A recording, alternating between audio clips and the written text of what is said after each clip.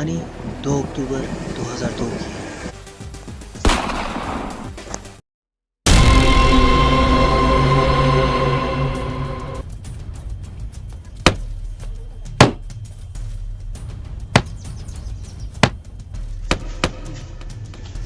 तुम हो जिसने लोगों की रातों की नींद और दिन का सुकून छीना हुआ है। नाम क्या है तुम्हारा?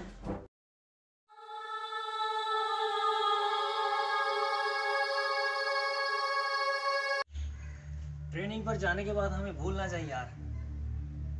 अब हम दोनों मिलकर आज हम इस माशरे सब लोगों को तब्दील करेंगे।